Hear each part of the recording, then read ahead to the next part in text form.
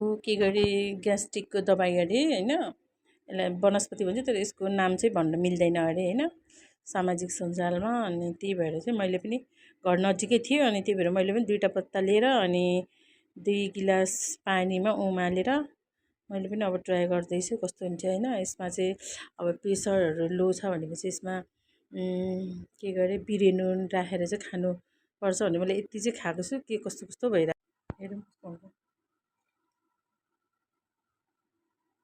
पहिला पनि अब शिवरात्रिको बेला चाहिँ अब एकचोटि झुक्केर पकौडी खाएको, यस्तो निद्रा लाग्यो यति। 1 हप्ता जति त म त सुतेको सुत्दै भएको, सुतेको सुत्दै आँखै खोल्नु नसक्ने कि त्यति धेरै निद्रा लागेको थियो यसैको त्यो पकौडी खाँदा। अब यसको चाहिँ अब 2टा चाहिँ टिपेर अब झोल बनाएर खाएर के गरे उमालेर खाइरहेको छु। अब चाहिँ थाहा छैन कस्तो हुन्छ होइन। अब त्यस्तै लाग्यो भने त अब गाह्रो छ, ठिक हुन्छ चाहिँ भनिरहेको छ। मलाई चाहिँ ग्यास्ट्रिकले एकदम साह्रो गराएको थियो कि अब केही खानै नहुने, अब चिल्लो पिरो त्यस्तो पनि खानै नहुने। अब बेलुकामा अब कहिले कहिले अब मासुहरू खाएर सुत्यो भने ट्याक्कै राति 12 बजेबाट उता चाहिँ साह्रो दुख्ने, यति साह्रो दुख्ने कि सहनै गाह्रो हुने कि त्यो ग्यास्ट्रिकले गर्दा हो जस्तो लाग्यो। चिल्लो पिरो चाहिँ केही खानु हुँदैन कि मलाई, कस्तो अर्कै हुन्छ कि एकदम दुख्ने, पेट फुल्लेको जस्तो हुने होइन, अनि अमिलो पानी आउने त्यस्तो। अनि त्यही भएर मैले टिकटकमा चाहिँ अब सबैले ठिक भयो भनेर चाहिँ मैले सुनिरहेको थिएँ।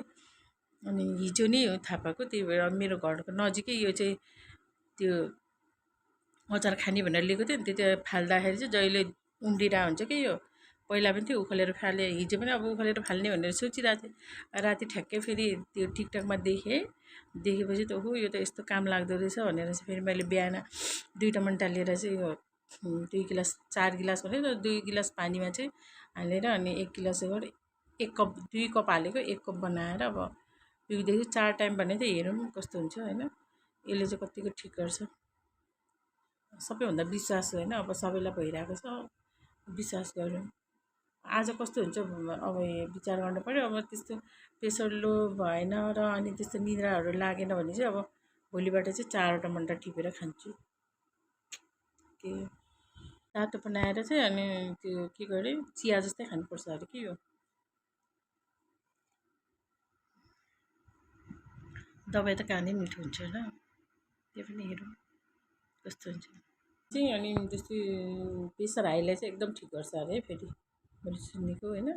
प्रेसर हाईलाई चाहिँ ठिक गर्छ, यसले लु बनाउँछ अरे कि, त्यही भएर प्रेसर हाईलाई चाहिँ ठिक हुन्छ अरे।